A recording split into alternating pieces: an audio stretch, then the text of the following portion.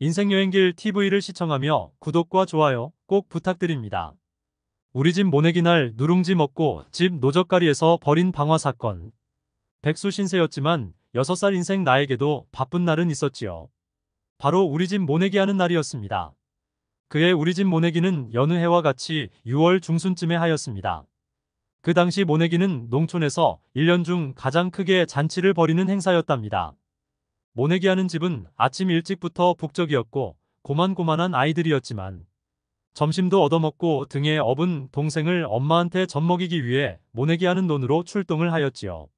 정말 모내기 하는 날은 일손이 부족해서 지나가는 강아지에게라도 도움을 청해야 할 만큼 바쁜 날이기도 하였습니다. 나도 그날은 무척 바빴답니다. 무엇 때문에 바빴냐고요?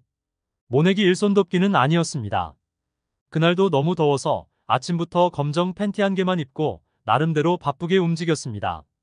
내가 바쁜 것은 다른 것이 아니라 누룽지 때문이었습니다. 가마솥에 누렇게 익은 누룽지는 생각만 하여도 침이 넘어갔습니다.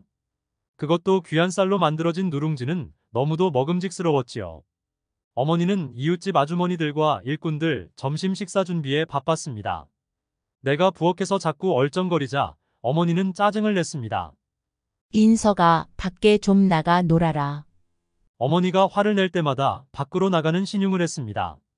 그렇지만 곧 집으로 돌아왔습니다. 노랗고 구수한 누룽지는 생각하면 할수록 참을 수 없는 유혹 그 자체였습니다. 세 번째 밖에 나갔다가 다시 집으로 돌아왔을 때였습니다. 집에 돌아와 보니 인기척은 없고 돼지우리에서 돼지 녀석만 시끄러웠습니다. 우엑, 우엑. 돼지우리에 있던 꿀순이는 배가 몹시 고픈지 숨 넘어가는 소리를 내지르고 있었습니다. 꿀순이가 안 되었다는 생각이 들었습니다. 그렇지만 내가 해줄 수 있는 일은 아무것도 없었습니다. 돼지밥 주는 일은 내 소관이 아니었기 때문이었습니다. 그런데 돼지우리를 지나 부엌에 와보니 눈에 확 띄는 것이 있었습니다. 먹음직스러운 누룽지였습니다. 누룽지는 커다란 소쿠리에 담겨 얌전하게 나를 기다리고 있었습니다. 너무 반갑고 감격스러워 일순 숨이 넘어갈 지경이었습니다.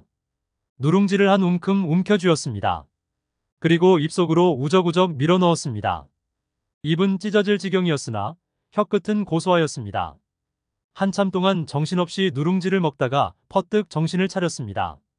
내가 여기서 먹다가 엄마한테 들키면 큰일이잖아. 누룽지를 두 손에 가득 담아서 부엌을 나왔습니다.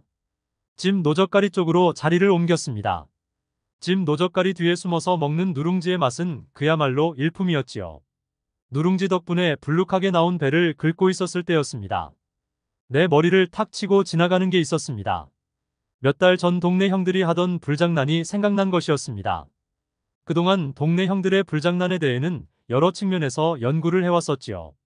성냥을 탁 키는 방법과 찢어진 종이나 마른 풀잎에 불을 붙이는 방법 등을 나름대로 연구하였던 것이었지요. 이제 나도 형들과 같은 수준의 불장난 능력을 갖추었다고 자부하고 있었답니다. 진흙 속에 묻혀있던 진주를 꺼내듯이 나의 능력을 실전 투입하기로 결심했습니다. 결심이 서자 집 노젓가리 뒤에서 나와 은밀히 부엌으로 이동을 하였습니다. 부뚜막 위에는 상호가 남성 성냥 공장인 성냥이 놓여 있었습니다. 재빨리 성냥을 집어들고 집 노젓가리 뒤로 달렸습니다. 곧 집 노젓가리 뒤에 퍼질러 앉았습니다. 어떻게 하면 동네 형들이 불장난했던 장소로 갈 것인지 머리를 굴렸습니다. 그러나 이렇게 큰 성냥을 몰래 거기까지 들고 가기에는 문제가 많았습니다. 이때 묘책이 떠올랐습니다. 거기까지 가지 말고 여기에서 불장난을 하면 될 게 아닌가. 반짝이는 아이디어가 떠오르자 곧 실행에 옮겼습니다. 먼저 집 노젓가리 밑에 있는 지푸라기들을 긁어모았습니다. 지피 수북이 쌓이자 울타리 밑으로 가져가 성냥을 그어댔습니다. 한여름의 열기 때문인지 불이 확 일어났습니다. 바싹 마른 짚에 불이 금방 붙었습니다. 와, 되게 잘 타네. 나는 드디어 해냈다는 성취감에 만족하였습니다. 순간이었습니다. 불이 이상하게 번지고 있었습니다. 집 노젓가리에 불이 붙기 시작한 것이었습니다. 나는 겁이 덜컥 났습니다. 다급해진 나는 주위에 있던 돌을 불길에 던졌습니다. 내가 언제 여기 붙으라고 했어. 에이, 난 몰라. 정신없이 돌을 던져도 불은 막무가내였습니다. 매캐한 연기와 뜨거운 열기가 얼굴 위로 거세게 다가왔습니다. 검정 팬티만 입고 있어 맨살인 윗몸에 더욱 거세게 열기가 날아왔습니다. 불이야. 불. 이때 밖에서 어른들의 고함 소리가 들려왔습니다. 와, 이건 내가 수습할 수 없는 일이 벌어진 것이었습니다. 겁이 엄청나게 밀려왔습니다. 머리에 쥐가 날 지경이었습니다. 에라 모르겠다. 나는 겁에 질려 화재 현장에서 도망을 쳤습니다. 빨간 불은 혀를 날름거리며 검은 연기와 함께 하늘 높이 치솟아 올랐습니다. 정말 순식간에 일어난 끔찍한 일이었습니다.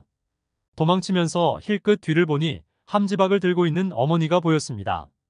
어머니는 소리를 지르며 물을 끼얹고 있었습니다. 내가 헉헉거리며 쌀이 문께쯤 왔을 때였습니다. 이미 여기저기에서 몰려온 동네 어른들로 우리 집 앞길이 미어질 정도였습니다. 이 녀석아, 저리 비키지 못해. 논에서 일하던 차림 그대로 쇠스랑을 짊어진 어른들이 고함을 질렀습니다. 동네 어른들 고함 소리에 조그마한 간이 떨어지는 것 같았습니다. 어른들이 왔으니 이제 불을 끌 수 있을 것 같았습니다. 동네 아주머니들도 모여들기 시작하였습니다. 저 집 큰일 났네. 오늘이 못 심는 날인데 어떻게 한대. 글쎄 말이여. 정말 큰일이네. 동네 아주머니들은 우리 집 걱정을 태산같이 하였습니다. 내가 우리 집 쌀이문을 나와 동네 말랭이로 도망을 쳤다가 다시 집 쪽으로 갔습니다. 어른들이 내가 불러왔지. 추궁할 것만 같았습니다. 겁에 질린 나는 집으로 가던 발걸음을 멈추고 동네 고사틀 이리저리 방황하다가 한 젊은 아주머니와 마주쳤습니다. 집에 불이 나서 그러니? 걱정하지 마. 젊은 아줌마가 내 속도 모르고 위로의 말을 던졌습니다. 그렇지만 세상 만사가 귀찮아졌습니다. 너무 피곤하여 아무 곳에서나 쉬고 싶었습니다. 하지만 안식처는 없었습니다. 이리저리 헤매다가 다시 집 근처로 왔습니다. 갑순네 집 울타리 밑에 있는 말라버린 도랑이 눈에 띄었습니다. 저곳이 나의 안식처요. 나는 도랑 속으로 피곤한 몸을 숨겼습니다. 세상 모든 것으로 부터의 도피였습니다. 맨살에 딱딱한 흙의 감촉이 느껴졌습니다. 엎드리자 흙냄새가 콧속을 헤집고 들어왔습니다. 정신이 아득해졌습니다. 어른들의 고함 소리가 들리지 않는 것을 보니 불길이 어느 정도 잡힌 것 같았습니다. 난 몰라. 눈을 꼭 감자 세상이 갑자기 없어졌습니다. 그러자 지금까지의 모든 일이 잊어버려지고 평화가 찾아왔습니다. 평화가 계속되자 코 고는 소리가 들려왔습니다. 나는 내가 꿈속으로 빠져든 것을 알았습니다. 다행히 그날의 불은 집 노젓가리가 반절 정도 타는 것으로 그쳤지만 나의 기억 속에는 불장난이 주홍글씨로 남아 있습니다.